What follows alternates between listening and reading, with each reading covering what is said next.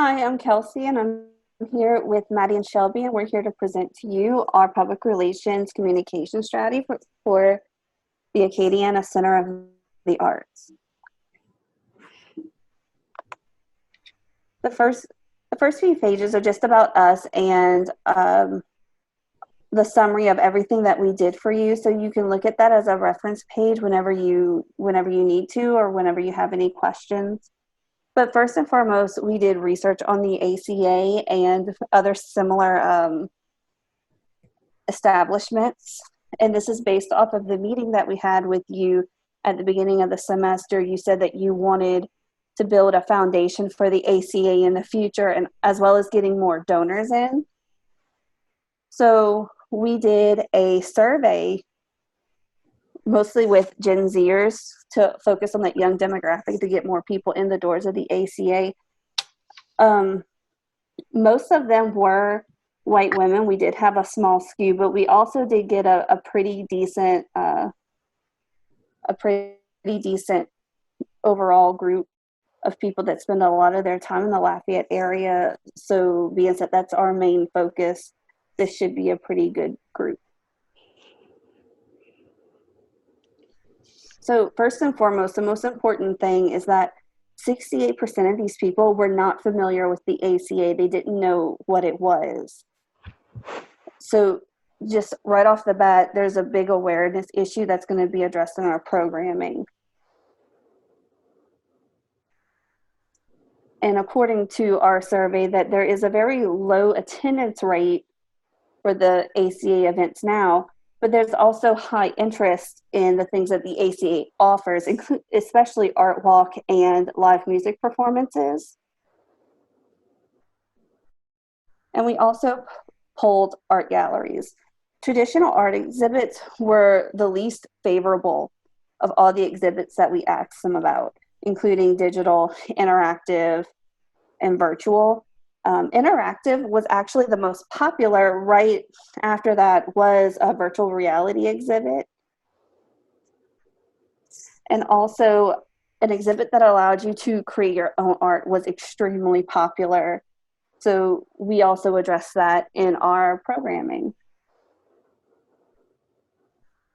We also asked them about what social media platforms they would use to share their experience, which is Snapchat and Instagram, which is also what they prefer to use in general. So we created 3 main objectives for you for this campaign. First, we need to raise awareness of the ACA. And we plan on doing this by launching a comprehensive social media campaign on many platforms to try to really boost the numbers of the ACA, including other versions of advertisement and also takeaways for when people do visit the museums. Our second goal was to increase funding. And we want to do this through annual events and tickets and trying to get whole classrooms supported by donors. And we also plan to do this by using our 3-tier membership program. So that way there's incentives for donating and adopting classrooms. Our third and final goal is to raise event attendance. And we plan to do this through memberships, family and individual, and also provide incentives to them. And really try to get the younger generations in there by using different types of exhibits to get them in the door. Okay, and now we're going to go into programming. And so the beginning of programming was social media, and we decided to do kind of a social media audit just to see where the ACA was at in terms of followers, reviews on Facebook, and things like that. And so we kind of came up with that the ACA should have a bright, positive, and open look with easy to understand text, and it kind of helps everyone feel welcome and supported in the community, but also it's easy enough that if someone isn't super artsy or anything like that, they can still feel a part of the ACA and what they have to offer. And so here's the Facebook. The first thing that you'll see, the ACA is very active on Facebook. Y'all have great reviews, 4.8 out of 5, which is awesome. Everything was super up to date, and there's plenty of information for all your guests. So pretty much, I don't really think that your Facebook is nothing's wrong with it or anything like that. And so here's some of the kind of reviews. One person said they had to keep reminding themselves that they weren't in a bigger city like New York or Los Angeles, and they're actually just in Lafayette. But some of the not so good reviews said that they needed more seats or the sound quality was poor. And then there was bright strobe light flashing, which I guess kind of depends on the event of if there be strobe lights or not. And so then we come to our Instagram. And from the get-go, you can kind of tell that your feed isn't super cohesive. It's not, it doesn't follow one like aesthetic or anything. There's a lot of different colors. And it's kind of just like all over the place, I guess. But the nice thing about it is that the story highlights, they spell out curate, which is really cool, and I think it definitely fits in with the ACA brand in total. But a few pointers that we can kind of suggest is that there should be more of a cohesive preset over all the pictures to make it look more together, more cohesive. And also the longer captions need to be kind of divided up into different paragraphs or maybe shortened up, because many times you're kind of going to get lost in the text, especially because the text is pretty small on Instagram. And then next, we kind of think that a Pinterest page would be cool, because a Pinterest will enable y'all to create blog posts and things like that, and it will kind of flow traffic back into your website. And so that's a really good thing to get people directed to your website instead of kind of staying on your social channels. And then also, two things that we think would really benefit kind of getting Gen Z involved with the ACA is Snapchat. And Snapchat engages the younger audience, and it reaches local and outside individuals, because Snapchat is huge, and especially for art. I think people like seeing things that they can't really necessarily see on other channels, or they can't really recreate themselves. And so for Snapchat, it just shows, like little snippets of information. You can also add in your website to connect to different posts and things like that. They'll just swipe up and it'll load them up to a website or a blog post. You can even connect it to your Instagram. And another one would be TikTok. It's very new, but it's very prevalent now, especially with the younger generations. It's only 15 to 60 second long videos, but it kind of grasps the attention a little bit better, because you just watch things kind of progress. So especially for the art part of TikTok, someone will start off with a blank canvas, and then you get to see them actually create the art. And so it kind of gives you a more interactive feel for the art that's being created. So we think that would be a great thing for the ACA to incorporate into their social media channel. So the next part that we talked about in your meeting at the beginning of the semester was memberships, which are a great way to keep people coming back, because if they've already paid for the membership, then they're going to want to use all of it. And first of all, it can build your mailing list, which we'll get to later, but it can also make people feel like more of an integral part of it, so that they play more of a part in an institution or an organization, rather than just coming to that place or that organization when they want to. So we came up with 3 tiers of membership, starting over here on the right. So our marigold we named because we did try to go with like a kind of a primary color scheme. You could change these names if you wanted to. This is just kind of a start. So marigold, we wanted to express growth. So, and yellow is kind of a bright, it signifies as newness, brightness, optimism, growth. So what you'll notice across all three memberships is that they all have a thank you card. And that's number one, you can build your relationship with them. I mean, in an age where everyone gets emails, and if I see emails from an organization, I usually just kind of click past them. But a thank you card in the mail really means more. It's something physical and tangible. It's something you might hang on your fridge. But it can really express gratitude. So that relationship goes two ways. And 2 tickets to an event of their choice. So if it's one person, they could go to 2 different events, or they could bring a spouse or a friend. And then we have the Cerulean. So that's kind of a blue that's a steady color. So that might be your members who keep coming back year after year. They really go to a lot of shows. They're kind of true blue, you know? So again, they get a thank you card. They do get your newsletter. So they're involved in what is the new, sorry about that.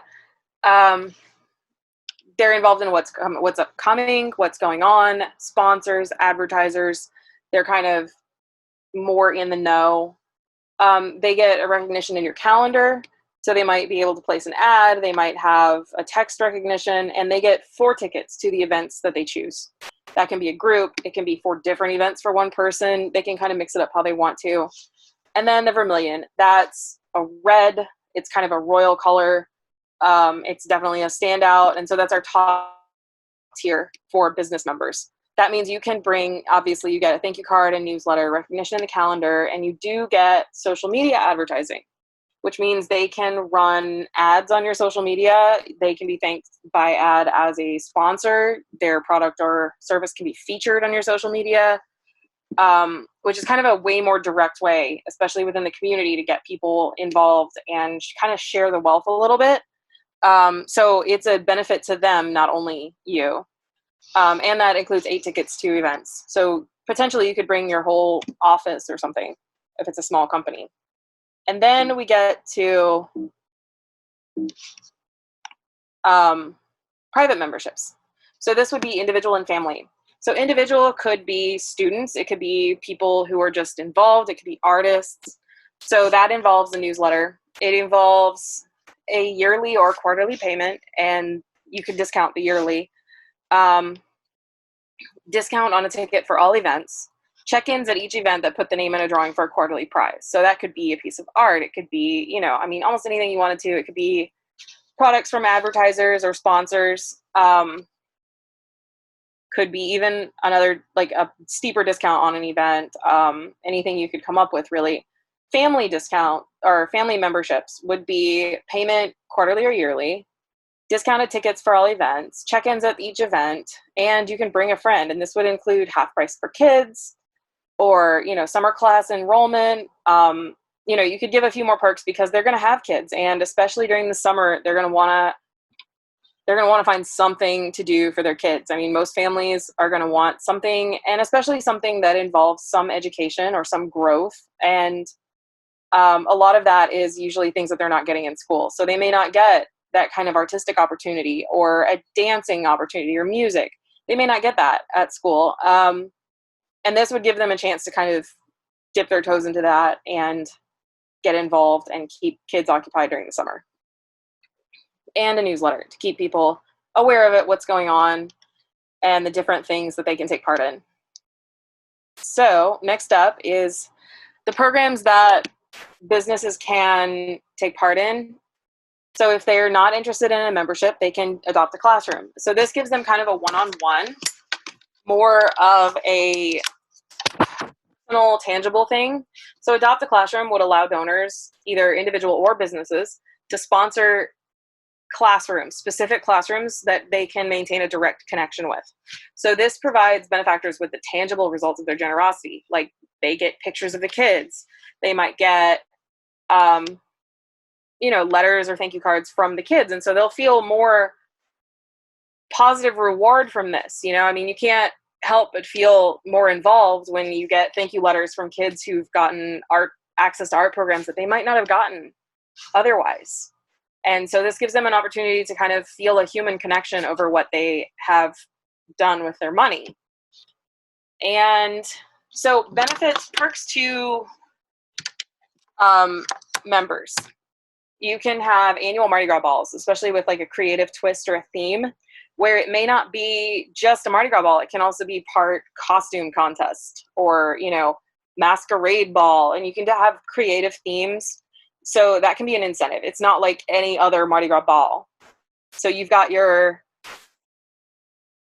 typical Mardi Gras ball crowd, but they might be more interested in this because it's not your run-of-the-mill Mardi Gras ball. It's more creative. It's more mysterious.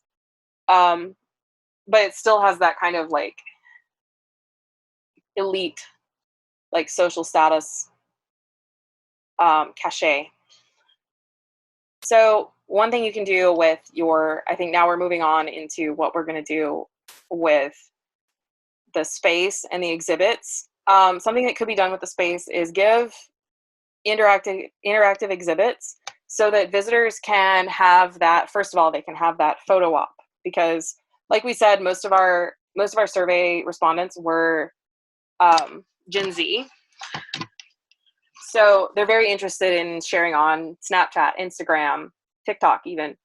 But they want to share a picture. They want to share that thing that really, you know, looks like a cool place to go. So having something that they can participate in that really draws them in, that gives them kind of a collaborative experience there, and also something that provides that eye-catching photo op or tag opportunity on social media can really bring more people in because they want to see that cool place or they want to see that cool activity to do. So we can, right here we have pictures of a coloring wall, which is basically a giant coloring book for anyone who wants to color a section. And what we could do is have local artists draw the actual pictures and then have the community color them in. That would provide a great opportunity for interaction and recognition of local artists. Another one is a positivity wall where everyone can post, you know, adverbs. Like here we have down here, I am, and people say things like positive, hardworking, brave, you know, and so that can really be a great response to community events. You know, right now we're looking at a point where people are gonna sooner or later come out of this, you know, this quarantine, and we're gonna start getting back together. And so you could have something like after being in my house for so long, I'm excited about, and, you know, people might respond with getting outside, the weather, seeing my family again, you know, and it might be really an opportunity to see what's going on in your community and let people express more interactive feelings and responses. So down here, this is another perk that you could add to either ticketed events or to your memberships. So artist luncheons, where you can ask one-on-one questions to an artist that you're featuring. So that might be, you know, students might learn from that, and especially professors might bring students to that. People who like the artist can also may want to ask them questions or just kind of bask in being in the same room. And aspiring artists might ask about technique. They might want to know about how to get your art out there. They might have more specific questions for them, but I think that would be a really great opportunity for people to meet and greet the artists themselves rather than just seeing their work. And adding more culturally inclusive exhibits. So that can draw the curiosity, especially of Gen Z and college students. They want to know what's out there. They're curious. And so if you have something that's attractive from a cultural standpoint that they've never seen, that would not only make people more interested in exploring what's out there, but it can also draw in people from that culture. And what we don't think about here is that this is such an incredibly diverse community. You know, we always think about, oh, well, it's Cajun culture, but there's so many other things. I mean, we have a huge Vietnamese community. We have, you know, Latin American. We have so many things here that we kind of don't always reach out to. And here we go with crisis communication. This is a little bit of a different tack. We're going to go from all the cool things you can do to what happens when things go very, very wrong. You know, we're all hoping they don't, but as we've seen, some things you can't even plan for, but you have to have a good response to them. That's definitely been true in the past few months. So we're going to go over that. If you don't already have a crisis communication plan, don't worry, we've built one for you. So anyway, this just ensures that for PR uses, that your response to crises, be it employee crises, artist crises, any kind of controversy, is quick, accurate, sensitive, and responsible, so that you don't ever say anything on the news and it turns into a big thing, and then everyone, you know, is suddenly boycotting your company, and it can just snowball really fast. So this is, the next few slides are going to be kind of a guide to how to maintain your image in light of something that has gone wrong. So here we go, your immediate response. So the CEO and marketing director can determine if an official statement should be prepared and released. The CEO and marketing director will formulate the message. So that means really just sit down, think about what you want to say, what are your main points, and the director will brief all personnel who are assigned to answer the phone.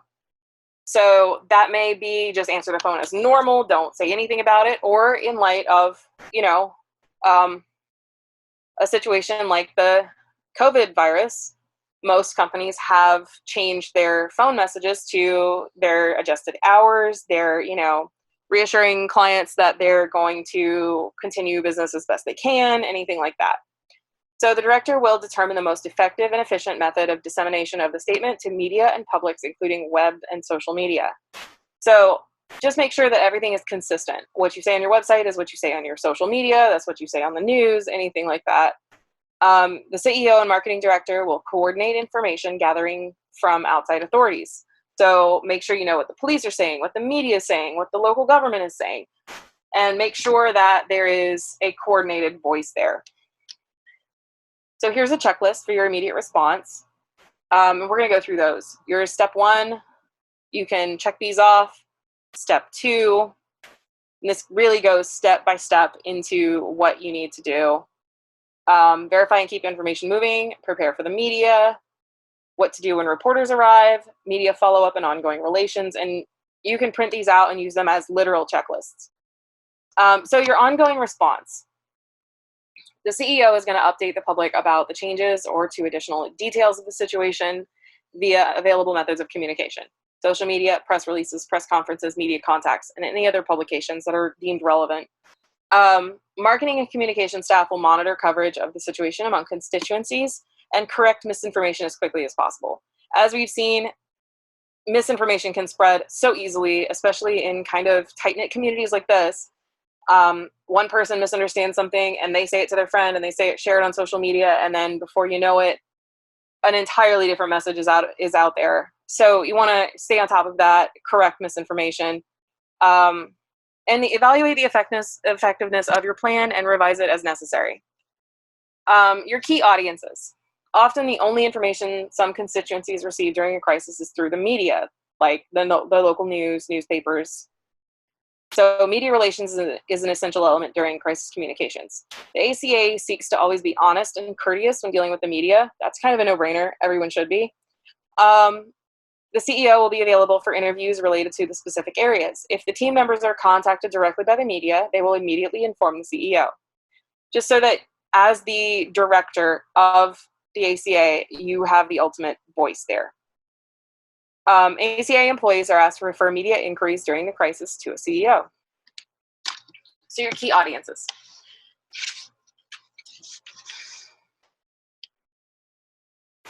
Internal audiences are going to be employees. External audiences are the media, the community at large, public officials, community members, public officials, important, again, families of employees. The clientele is going to be your local, regional, and national clientele. Because national, I mean, as much as you might hope that people are looking at your organization from around the country or further, they might be planning a trip, and so they may want to know, what's going on. They may see something in the local news. They want to know how that affects your organization. So that's why national is important.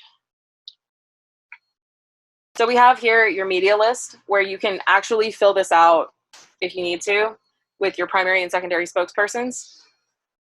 And we have some contacts for you here. The Office of the Mayor, several TV stations, radio stations, the Daily Iberian, Tesh News, The Advocate, and the Times of Acadiana. Because things are so integrated here in this area, it's helpful to have it spread across several parishes. So even though the Tesh News is largely St. Martin Parish, a lot of those people come into Lafayette too, and the same with Iberia Parish. So spokesperson guidelines. These are important. Most people consider these common sense. So demonstration organizational concern about people. Explain what's being done to remedy the situation. Keep the message consistent across all constituencies. Never tell one constituency anything that is not being told to the media. Be open, honest, and tell the full story. If you don't, someone else will. So that's when, I mean, we've seen this happen so many times with, whistleblowers. You don't want any, underground voice to happen that you're not on top of. Never respond with no comment. Instead, explain why you can't answer the question. So no comment kind of comes off as rude, or it kind of comes off as guilty. I mean, think about all the times you see someone on like true crime or the news surrounded by reporters and they say no comment. It kind of looks bad. So instead, explain something like, we don't have those details confirmed at this time. We'll provide you with an update. So that it looks like you're trying to help solve this too, which hopefully you are. Don't guess or speculate. If you don't know the answer, just say so and offer to track down the answer, or revert to someone who is an expert. Respect reporter deadlines. If you promise to get information, do so in time for their deadline. Never speak off the record, because the media can use any information released. Never give exclusive interviews during a crisis. All members of the media should have the chance for gathering information. If an injury or death has occurred, do not release the names of the injured or deceased until all next of kin have been notified.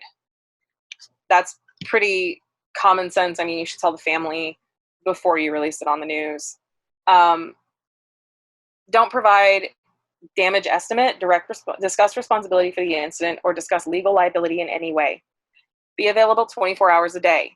Notify the receptionist and other employees to direct all media inquiries to the Office of Marketing and Communications without speculating on the situation. Do not discuss illegal activity at any time. If it's assumed, say police are investigating. We're cooperating. Refer all questions to the appropriate law enforcement agency. In cases where media request interviews with family members, provide a liaison to family members for the media so that the family can protect their privacy if they choose. Avoid side comments meant to be humorous. It may seem like you're making light of a situation. Don't accept hypotheticals. Do not repeat negatives in a question. Taken out of context, those remarks can be very damaging. Don't use everyday language, or do use everyday language, not jargon, when talking to reporters. Provide written materials that give reporters background information. So that can be just a summary of what you're going to discuss so that they can go ahead and prepare questions. Or give them, maybe if this is your second or third interview, you can give them kind of a summary of what has already happened and what point you're at right now. So key messages. 3 rules for your key message to be communicated during the crisis. Be clear and concise. Be honest and target all of your audiences. So the media concerns. These are things that they may ask questions about.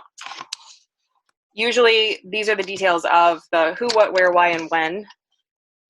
So this is going to be casualties, number killed or injured, nature of injuries received, care given to the injured, disposition of the dead, prominence of anyone who was killed, injured, or escaped, how escape was handicapped or cut off, And property damage, estimated value of loss, description of property, importance of property, what other property was threatened, insurance protection, and previous emergencies in the area.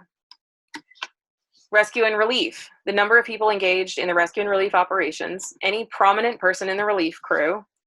So if Drew Brees comes to help rebuild the ACA after a fire, that would be newsworthy. Equipment used, physically disabled persons rescued, care of the destitute and homeless, how the emergency was prevented from spreading, how property was saved, and any acts of heroism. Description of the crisis or disaster, that's going to be the extent of the emergency, blasts and explosions, crimes or violence, attempted escape or rescue, duration, collapse of structures, color of flames, and extent of the spill. Accompanying incidents, number of spectators and spectator attitudes, crowd control, unusual happenings, anxiety, stress of families and survivors, etc. And legal actions, inquests, coroner's reports, police follow-up, insurance company actions, professional negligence or inaction, suits stemming from the incident. And so here's kind of a summary what your meeting should look like when you sit down with your coworkers and colleagues and decide what you're going to do. So a situation report. That's what appears to have happened, confirmed facts, when immediately no consequences, likely consequences, scope or proposed situation, initial response status, what is being done, why, and by whom, likely implementation time and anticipated results, initial communication status, who knows, who needs to know immediately and who needs to know later on, and alert the switchboard. Short-term response requirements, delegate crisis communication responsibility, what must be done in the next several hours and how, what human and material resources are available or needed, the short-term communication process, staff, faculty, students, families, etc. That means if you need to set up a calling tree, you'll have that ready to go, and you'll formulate it at that meeting. The next meeting time, when, where, and if any other information is necessary. So what do people need to bring to that meeting? What do they need to have done by that meeting? What do they need to find out? And what is the topic? What are you going to discuss at that time? So here's a few sample press releases. These cover worker misconduct, a small fire at an ACA event, funding cuts, and a disagreeable arts exhibit, which we thought might be relevant to your purposes here. Which, if you find any other ones, you're welcome to take these and alter them. But these cover kind of a sample of statements that you might make to the press following any of these situations. So to start off with, we're going to talk about event surveys. In this way, just kind of asking your customers and your visitors, how they rated their visit, if they would recommend y'all to a friend, if they would come back, and if there's anything that they would like to see at the ACA, or they have any suggestions about how their next experience can be improved. It just really helps them feel involved and kind of taken care of by y'all, and kind of like their opinion matters. And so everyone, loves giving their 2 cents. And so this kind of way you can take care of that and really show that y'all do care and value what they want to see and how they're treated at the ACA.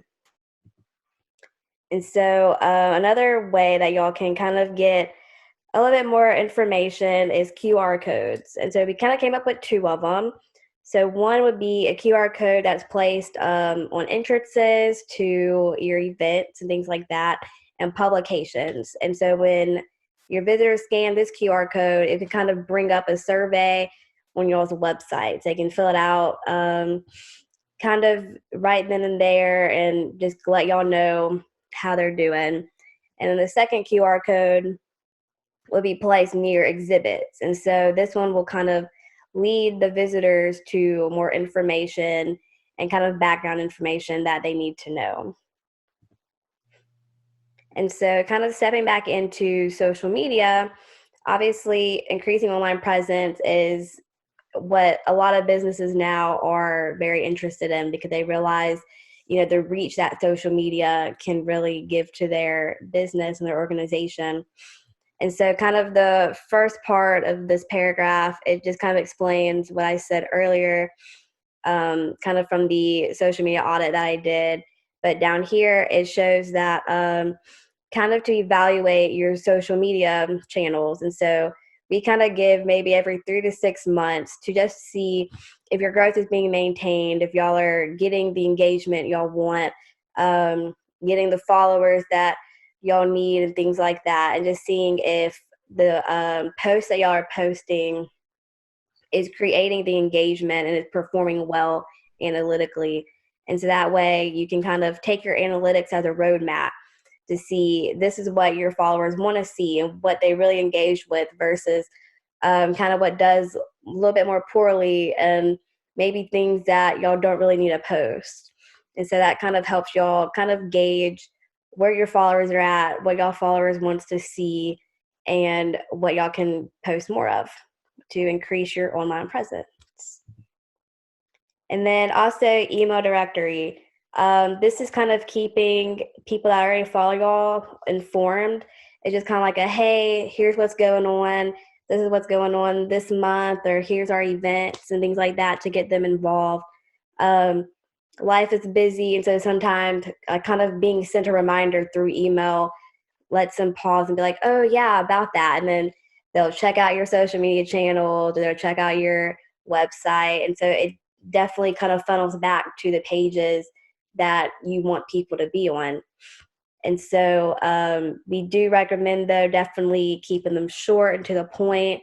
Again, like with time, no one's going to sit there and read a really long email from a company or organization. So definitely keeping it concise and telling them all the information they need to know and where they can find additional information if they are interested. And so this is kind of how you can create your own email directory, and it's kind of step-by-step. Obviously, you can confirm and validate your email addresses, you review survey data, and you sort it out by appropriate categories, and then you create your list in Microsoft Excel, which is creating a column for email, last name, first name, and other categories. And so you'll save them as a .csv file, and then you'll use the Excel to group your contacts by their corresponding categories, and then you save it again. And continued, you kind of import it and everything into MailChimp, and that way you can create a list and make, you can name it your subscribers, your guests, whatever. And then you can create an email campaign, target to specific segments and to specific people based on the categories that you categorize them in. And so that way, if you know they're really interested in live events, you can send all these people live event emails and things like that. So that way they really get information that is specifically tailored to them, and obviously they'll be more likely to read it. And so now stewardship. So stewardship is the final process of ropes. This kind of involves building relationships with your publics and your partners and things like that. And so the next few slides, or the final slides, it's kind of our recommendation for how y'all can utilize stewardship. So partner newsletters. Newsletters are a great way to keep your partners kind of in the know of what's happening internally, because obviously, they're not there on a day-to-day basis to see what y'all are doing. And so these newsletters can include like artists on display, or the events that y'all will be hosting, kind of a little brief bio of your workers, so then they can kind of get to know who's working there day to day, things like that. An update on the classroom and the schools that y'all are supporting, maybe even like a student showcase and showcase their art and things like that, because a lot of their money and donations go to support these students. So we think that this type of newsletter should be sent out either monthly or quarterly via email. And so that way the partners know when to look out for it and when it will be in their box. And then reciprocity. And so everyone loves like a reward system. So we thought either like a punch card or online system, kind of to keep track of who's visiting and who's going to different events and who's going to different showcases and things like that. But also it measures engagement and measures attendance, but it gives your visitors an incentive to return. And that's exactly kind of what you need just to kind of keep them coming through the door and bringing them back in, because everyone loves free stuff. But in all seriousness, it's a good way to kind of build relationships with the outside publics and kind of bring them in and show, like, you know, we really care about how you visit us and when you visit us, and just to kind of give them kind of like a reward for coming and things like that. And then lastly, obviously, gratitude, just to kind of tie in with reciprocity. There's a big thank you. You know, ACA is nothing without the support of its patrons. And so sending the gratitude to visitors and contributors, it really makes people feel involved and appreciated. And it really just shows that y'all sincerely care about the community. And community is a huge thing for Acadiana. And so that really is going to help kind of solidify your connections and kind of show that, like, y'all are community focused, community centered, and y'all would be nothing without them. And that is our campaign for the ACA. So thank you very much for watching. Okay, I'm going to stop recording now. Okay. Oh, man. Okay.